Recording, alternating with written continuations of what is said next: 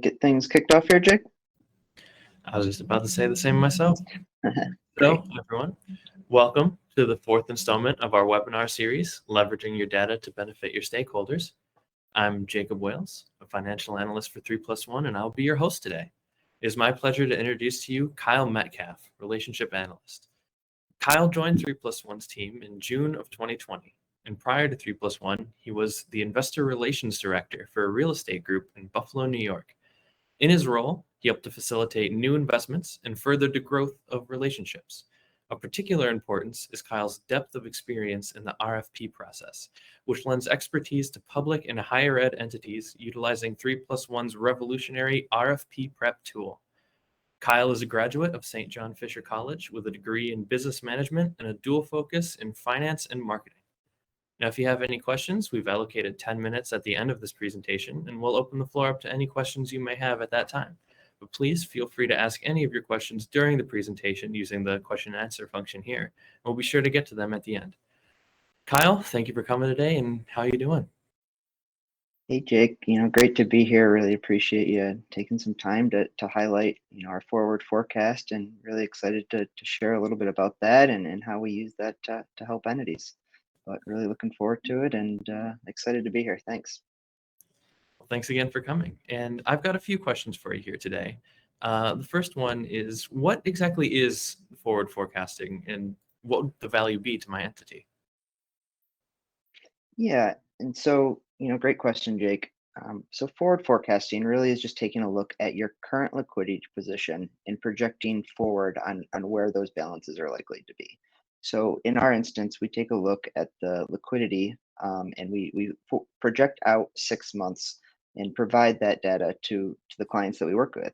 And really the value that can bring your entity is to help to identify short-term investment opportunities as well as help plan during periods of tighter cash periods.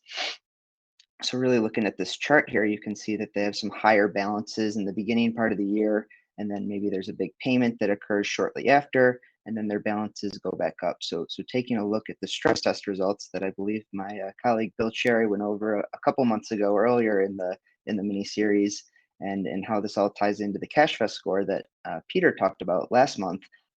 Really helping to improve that overall CashFest score, taking a look and using the multiple tools that we bring to the table and help our clients work with to really strengthen the liquidity picture and maximize cash. Awesome. So this sounds really interesting, but I'd like to know, how exactly do you determine this forecast? Yeah, another really important aspect. So what we do is our forecast is derived from 24 months of banking transactional data. So that's every credit and every debit that flows through your entities, and then we take that information and we run it through 10,000 statistical simulations to identify how likely each of those transactions is to happen again. And with that information, we can then identify the models which most similarly resemble the movement of cash within your specific entity and predict out where your cash is going to be in the future. And so really this is important because it's specific to each entity that we work with. Our really amazing data team that you're a part of takes a lot of time and combs through this data, and it's tailored to each one. There may be one model that resembles more of how the cash flows one entity than the other, and so we go in and we look at, okay, this is the highest degree of confidence that resembles this entity's cash position, and we're able to project that out into the future about 6 months. So in addition to your forecasted balance, we also are able to provide a low forecast, which is really best shown in this chart. So on this chart, you have the forecast, which is the blue line. You have the low forecast, which is the yellow line, and then you have your year prior balances, which is the purple line. So as you can see, that yellow forecast drops out, and we'll talk a little bit about that, but really here's a great visual picture of the prior chart looking at your balances for the past 12 months. Here's a look 6 months into the future on really helping to plan for short-term opportunities, upcoming expenses, and really maximize that cash. And now, what is that straight across black line there that says strategic liquidity? What does that compare to? Great question, and thanks for bringing that up. So that's the strategic liquidity, which if we jump back to the page prior, this is really going to be the cash positions under your purple balances right there. So the purple balances we would call your working capital, and your strategic liquidity would be all of the cash underneath that. And really strategic meaning that it's cash that the models have identified for being available for longer than 30 days.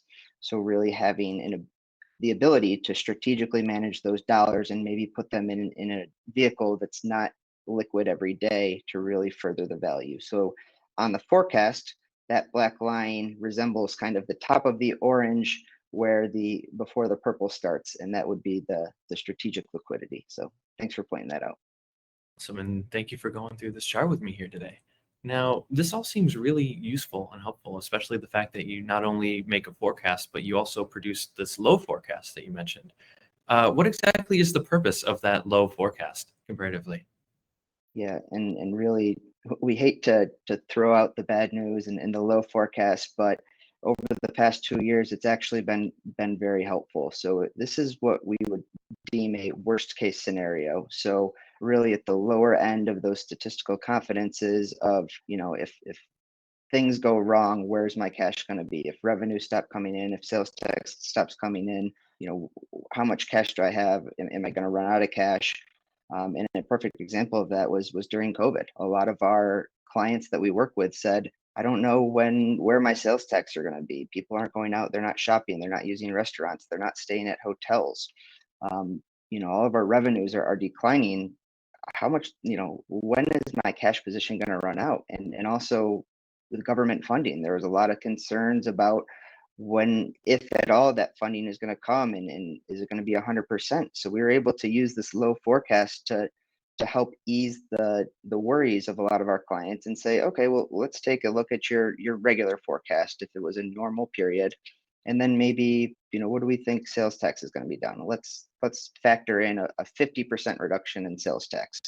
Okay, we can see that yellow line where the cash is going to be. We're still going to be okay. We may not need to liquidate any of our investments that are outstanding, or we don't need to freeze everything and cut staff. Is we're going to be able to still satisfy all of our expenditures, and get through this until we get some more information, and maybe there's some more funding coming from various areas. So really just an assurance. It's a worst case situation, which some entities were in not too long ago. So this really gave them more confidence and comfort as to where their cash positions were. Well, I always like to think that it's always good to know what the worst case scenario might be and know that it's still probably going to be okay. Absolutely. So, with all of this that you've told me here, this seems very useful, but what would you say the actual benefits of using this forward forecast would be? Yeah, I would say having the confidence to maximize all financial resources during all of your cash periods. So whether you're at a high cash period or a low cash period, making sure that you are doing the most with, arguably your most valuable asset, which is your cash. And especially in a rising rate environment like we're in right now, this could result in significant revenue increases for your entities.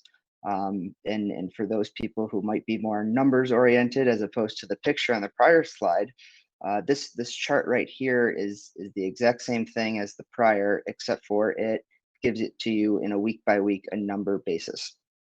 So here is the numbers of where the forecast was. So this would be that blue line, the column highlighted in purple. And then what's the dollar amount net of strategic liquidity, right? So a lot of the entities we're working with, we've found different homes for that strategic liquidity, and the models have identified that it's valuable beyond just liquid rates and can be moved into maybe some more illiquid products. Not every dollar, but certainly an opportunity. So really this forward forecast comes for the short term. So we have this column that's the third one over, forecast net of strategic liquidity, and going to really focus in on that one, given the assumption that this entity might have invested all of their strategic liquidity, but where's the additional opportunity? And during different parts of the year, there is additional opportunity available. And so kind of how we read this chart is, if we are looking at that forecast net of strategic liquidity column, we identify the time period. So this is roughly 12 weeks going from first week of December towards the middle of February. And if we took a look at what the lowest dollar amount was on this chart. So if we come down in December 24th, so right around Christmas, it looks like the net strategic cash position net of strategic liquidity is about $6.5 million.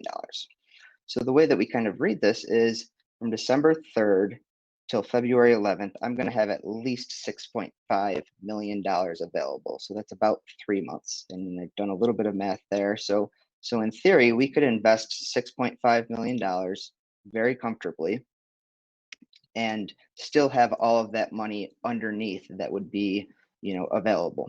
So really to put that into a dollar amount and what that value could be, the current 3-month treasury is about 1.03% as of today.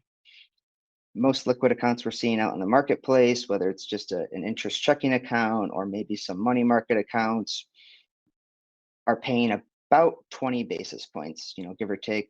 Hopefully you are earning more than that on your liquid dollars, but there's also many that may not be receiving that. And if you're not, we'd love to have that conversation with you as well. But that benefit is about 83 basis points. And over a year, that could result in $53,950 in additional revenue that could be earned for your entity to be spent on various projects or personnel that would not have been realized if we were not exercising and using this data to determine a forward forecast to further maximize the dollars. So this is just one snippet of a 12-month period. As we move further through those stress test results and that the buckets of different cash, there's lots of opportunities available that can really bring significant additional revenue to your entity, as long as you're being mindful and maximizing the value of your cash and being attentive to it. So really can make a significant impact on cash flow for entities. It sounds like it certainly can. And now, is this roughly the exact same type of format that we'd see on cash vest reports that are going out to entities? Yeah, exactly. So we're really excited that we just launched our CashFest portal. So that is our tool that all of our clients will now log in and get all of their data and all of their information. So this is exactly all of these charts that have been in the presentation here today are screenshots from that portal. So it's really, really cool tool, interactive. You can sort the data in lots of different ways and in different buckets. And, there's a ton of information, a lot of great tools to again, bring tremendous value to the various entities that we work with. And thank you for taking the time to explain that to us today. That sounds like an extremely useful tool that 3+1 is able to provide. And thank you Absolutely. for coming again today. And that is all the questions that I have for you. So now we're going to take a moment and just open up the floor to some questions that other people have sent in here. And it looks like I've got one here. It says, what is the work that I would need to do as an entity? Right. So to start our CashFest, the program, and for us to do our initial analysis, which is really the first step, we typically collect 24 months of that transactional data that I was talking about earlier to develop the forecast. And so the way that we get that data is through view only access. And really, this will be my time to put a disclosure that 3+1's not a bank. We're not an investment advisor. We're a third-party data provider. And so we'd set up a view only account, which, if you're not familiar with, is just we can go in and download statements and view balances.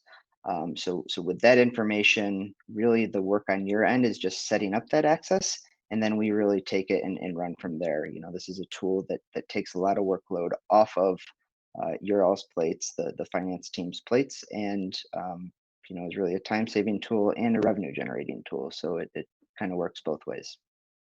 Fantastic. Well, if that is all the questions that I have here so far, and everyone, we hope you enjoyed this presentation. And if you think of any other questions that you forgot to ask, please feel free to reach out to any member of our team, and we'd be happy to get back to you with an answer. A replay of this presentation can be found on our website in the coming days. And once again, thank you all for coming. Thank you for your time. And thank you, Kyle. Thank you. Thank you, Jake. Thank you, everyone. Have a great day, everyone.